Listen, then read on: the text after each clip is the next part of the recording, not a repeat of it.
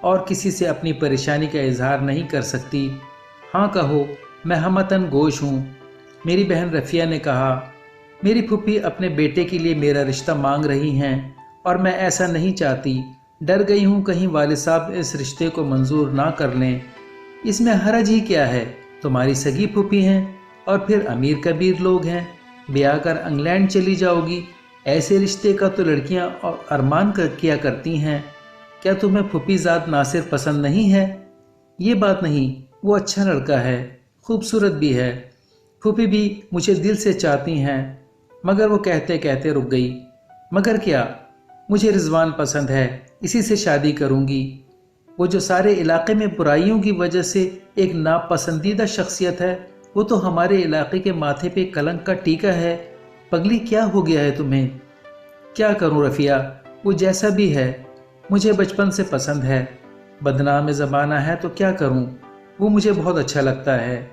ملیحہ بھی جانتی تھی کہ اس کا کریکٹر صحیح نہیں ہے، لیکن اس کی عقل پر پردے پڑے ہوئے تھے۔ کہتی تھی زندگی میں نے گزارنی ہے، گزار لوں گی۔ میری بہن رفیہ نے جس قدر مناسب سمجھا تھا اس کو سمجھایا، لیکن جان گئی کہ جو اس کے دل نے فیصلہ کر لیا ہے اس سے پیچھے ہٹنے والی نہیں۔ البتہ والدین کی زبردستی سے ناصر کی شریک حیات بنا دی جائے تو اور بات ہے۔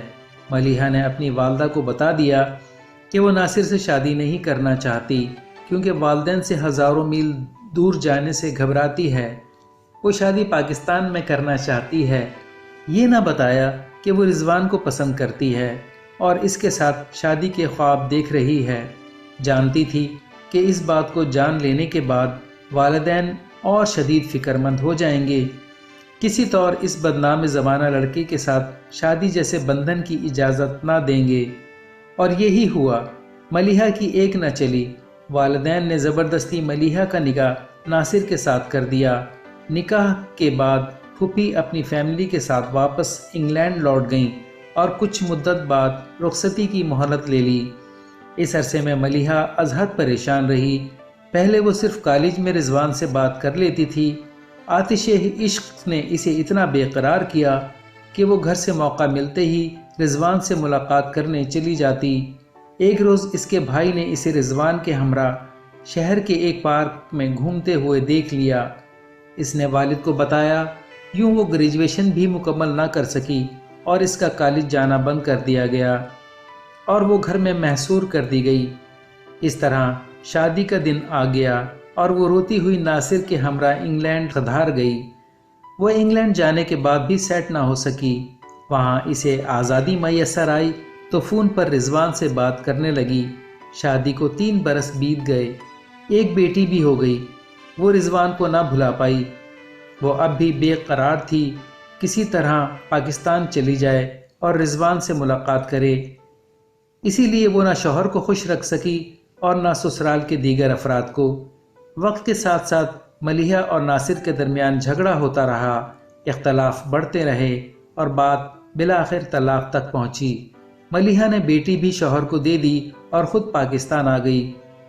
بیٹی طلاق لے کر آ جائے تو گھر والوں پر کیا گزرتی ہے، لیکن اس عشق کی ماری کو اتنا فرق نہیں پڑا۔ وہ پھر سے رضوان سے ملنے لگی، جس کے لیے اس نے ایک اسکول میں جاب کر لی تاکہ گھر سے باہر نکلنے کا موقع میسر رہے۔ 2 سال ایسے ہی گزر گئے۔ والدین بیٹی کی دوبارہ شادی کی فکر کرنے لگے تو ملیحہ نے کسی ذریعے سے رضوان کا نام پہنچایا، جو رد کر دیا گیا کیونکہ سارا خاندان رضوان کو ناپسند کرتا تھا۔ خاندان ہی کیا، رضوان تو پورے علاقے کی آنکھوں میں کھٹکتا تھا۔ وہ نہایت غیر ذمہ دار اور بڑ بولا لڑکا تھا۔ وہ ہر ایک سے یہی کہتا پھرتا کہ ملیحہ مجھ پر عاشق ہے، تبھی اپنے خاوند سے طلاق لے کر واپس آ گئی ہے۔ وہ مجھ پر بچپن سے مرتی ہے۔ وہ میری خاطر اپنی بچی کو چھوڑ کر اور انگلینڈ کو بھی چھوڑ کر آ گئی ہے۔ رضوان خود بھی شادی کے بندھن سے آزاد رہنا چاہتا تھا، کسی قسم کی ذمہ داری اپنے کندھوں پر نہیں لانا چاہتا تھا، جبکہ ملیحہ اس پر فریختہ تھی اور اس شخص کے سوا کوئی دوسرا اس کی نظروں میں جچتا ہی نہ تھا۔ لیکن ملیحہ جب بھی اس سے شادی کی بات کرتی وہ ہیلے بہانے کرنے لگتا۔ وہ اس کی مجبوری کا فائدہ اٹھا رہا تھا، اس کے ساتھ وقت گزار رہا تھا۔ اس کے ہیلے بہانے سن کر یہ پاگل لڑکی اس کی ہر بات کا اعتبار کر لیتی۔ گھر والے جان گئے کہ ملیحہ کو اس راہ سے ہٹانا آسان نہیں۔ وہ سمجھا سمجھا کر تھک گئے، اس کو شادی کرنے پر مجبور کرنا چھوڑ دیا۔ انہی دنوں طارق لاہور سے تعلیم مکمل کر کے واپس آیا۔ وہ رضوان کا کزن اور ملیحہ کی والدہ کا دور کا رشتہ دار تھا۔ وہ ایک اچھا انسان تھا۔ اسی علاقے میں ان کی کوٹھی تھی، یہ زیادہ تر خالی رہتی۔ اس کے والدین بھی زمینوں کی وجہ سے زیادہ تر گاؤں میں ہی رہتے تھے۔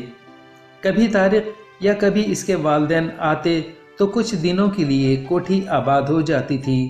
اس دفعہ طارق آیا تو رضوان نے اس سے کہا کہ اپنی کوٹھی کی ایک چابی اس کو دے دے، کیونکہ کبھی کبھی والدین سے ناراضگی ہو جاتی ہے تو اسے سونے کے لیے ایک پرسکون جگہ درکار ہوتی ہے۔ طارق نے ایک چابی رضوان کو دے دی۔ وہ اس کا چچا زاد تھا، لہٰذا اس نے رضوان پر اعتبار کر لیا۔ اسے ملازمت کے سلسلے میں لاہور میں رہنا ہوتا تھا۔ سوچا کہ چلو رضوان کوٹھی کو صاف ستھرا رکھے گا اور رکھوالی بھی رہے گی۔ جس روز اس نے چابی رضوان کے حوالے کی، اس کے اگلے روز اسے لاہور جانا تھا۔ وہ صبح گیا اور شام کو واپس آ گیا۔ رات 12:30 بجے وہ کوٹھی پر پہنچ گیا۔ کوٹھی کی لائٹ جل رہی تھی۔ اس نے دستک نہ دی کیونکہ دروازے کی دوسری چابی اس کی جیب میں تھی۔ وہ دروازہ کھول کر اندر چلا گیا۔ اچانک اسے ایک کمرے سے کسی لڑکی کی سسکیوں کی آواز سنائی دی۔ وہ چونک گیا اور دبے قدموں اس کمرے کی طرف بڑھا۔ دروازہ ہاتھ کے ہلکے سے دباؤ سے تھوڑا سا کھل گیا۔ سامنے کا منظر دیکھ کر اس کے پیروں تلے سے زمین نکل گئی۔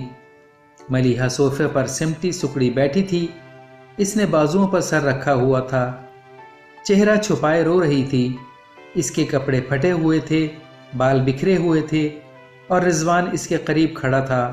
اس کی پشت دروازے کی جانب تھی۔ وہ ملیحہ کو اپنی محبت کا واسطہ دے کر جسمانی تعلق قائم کرنے کے لیے اس پر دباؤ ڈال رہا تھا، جبکہ ملیحہ انکار کر رہی تھی۔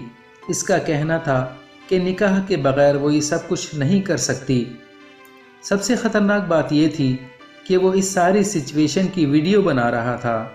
اب اس نے ملیحہ کو بلیک میل کرنا شروع کر دیا کہ اگر تم نے میری بات نہ مانی تو میں یہ ویڈیو وائرل کر دوں گا، تم کسی کو منہ دکھانے لائق نہ رہو گی۔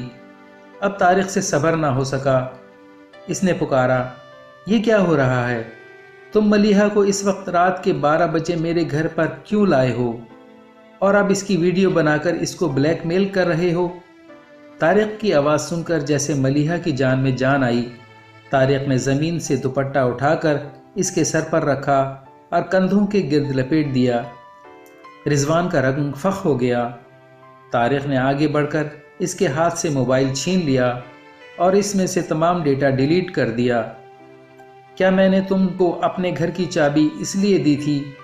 میں نے تم پر اعتبار کیا اور تم نے میرے اعتبار کو توڑ دیا۔ کیوں بلایا ہے اسے میرے گھر اس وقت؟ لوگوں میں مجھ کو بدنام کرنے کے لیے، تاکہ میں کسی کو منہ دکھانے کے قابل نہ رہوں؟ میں نے نہیں بلایا، یہ خود آئی ہے، پوچھ لو اس سے۔ وہ بولی، اس نے بلایا ہے، کئی دن سے مجبور کر رہا تھا کہ ایک بار آ کر بات سن جاؤ۔ دن کو نہیں آ سکتی ہو تو رات کو آ جاؤ۔ لوگوں کا خوف تھا کوئی دیکھ نہ لے۔ دن کو نہیں آ سکتی تھی، رات کو بھی انتظار کرتی رہی کہ سب گھر والے سو جائیں تو نکلوں۔ اس طرح رات کے 12 بج گئے۔ تم اتنی رات کو گھر سے نکلی، یہ تمہارا قصور ہے، اور اب اگر میں اچانک وقت پر نہ آ جاتا تو تمہارا یہ کیا حشر کرنے والا تھا جانتی ہو؟ ویڈیو بنا کر یہ نیٹ پر ڈال کر ساری دنیا میں تم کو بے ننگ و نام اور تمہارے خاندان کی عزت کو خاک میں ملا دیتا۔ طارق نے رضوان سے کہا، چلو اب دفع ہو جاؤ یہاں سے۔ اس کے بعد اس نے ملیحہ سے کہا، اتنی رات گئے یہاں آنے کی کیا ضرورت تھی؟ اس اثناء میں تمہارے والدین کی آنکھ کھل گئی یا بھائی جاگ گئے تو تمہارا اور رضوان کا کیا حشر کریں گے؟ ملیحہ رو رہی تھی، وہ کچھ نہ بولی۔ رونا تو بند کرو اور برقع اوڑھ لو، چلو میرے ساتھ، میں تم کو گھر چھوڑ آتا ہوں۔ ابو اور بھائی مجھے جان سے مار دیں گے۔ طارق بھائی، میں اب گھر نہیں جاؤں گی۔ نہیں ماریں گے، میں ساتھ ہوں، چلو اٹھو اور مزید دیر مت کرو، ورنہ گلی کے کتے بھی بھونک بھونک کر سارے محلے کو جگا دیں گے۔ اس نے برقع اوڑھا اور طارق کے ساتھ اپنے گھر کے دروازے پر پہنچی تو کانپ رہی تھی۔ طارق نے دروازہ بجایا۔ خوش قسمتی سے مردوں میں سے کسی کی آنکھ نہ کھلی۔ ملیحہ کی ماں صحن میں چارپائی پر لیٹی تھی، اس کی نیند اڑ چکی تھی۔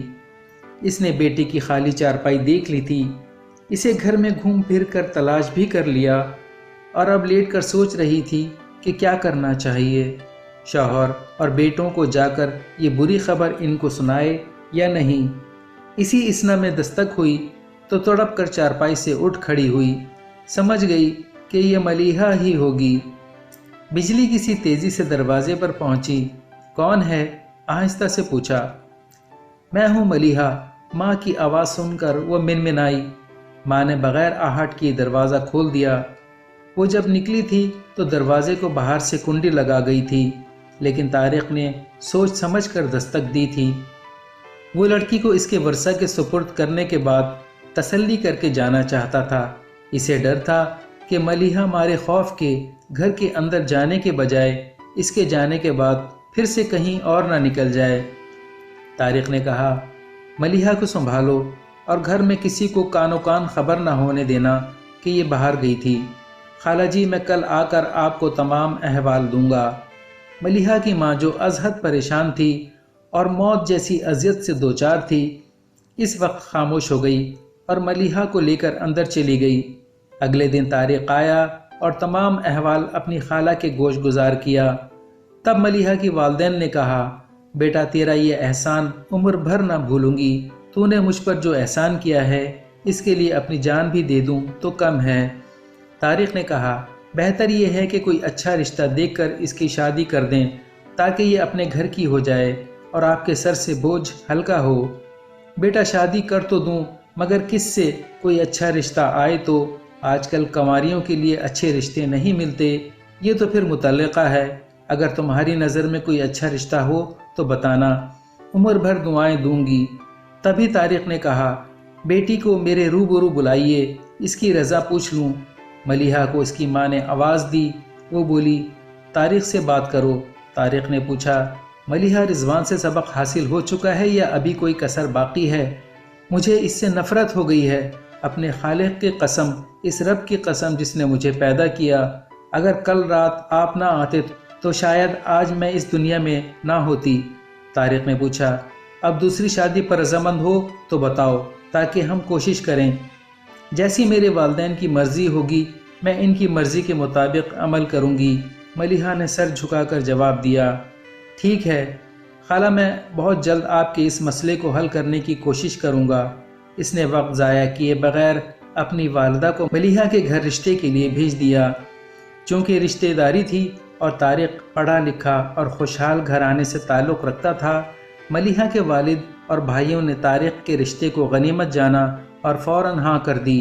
یوں ملیحہ کی طارق سے شادی ہو گئی اور طارق اسے رخصتی کے 3 روز بعد اپنے ساتھ لاہور لے گیا۔ یوں ایک بھٹکی ہوئی لڑکی کو اس کی منزل مل گئی۔ طارق کے اچھے ظرف نے اسے آگے آنے والی دلدل اور مزید خطرات میں گرنے سے بچا لیا تھا۔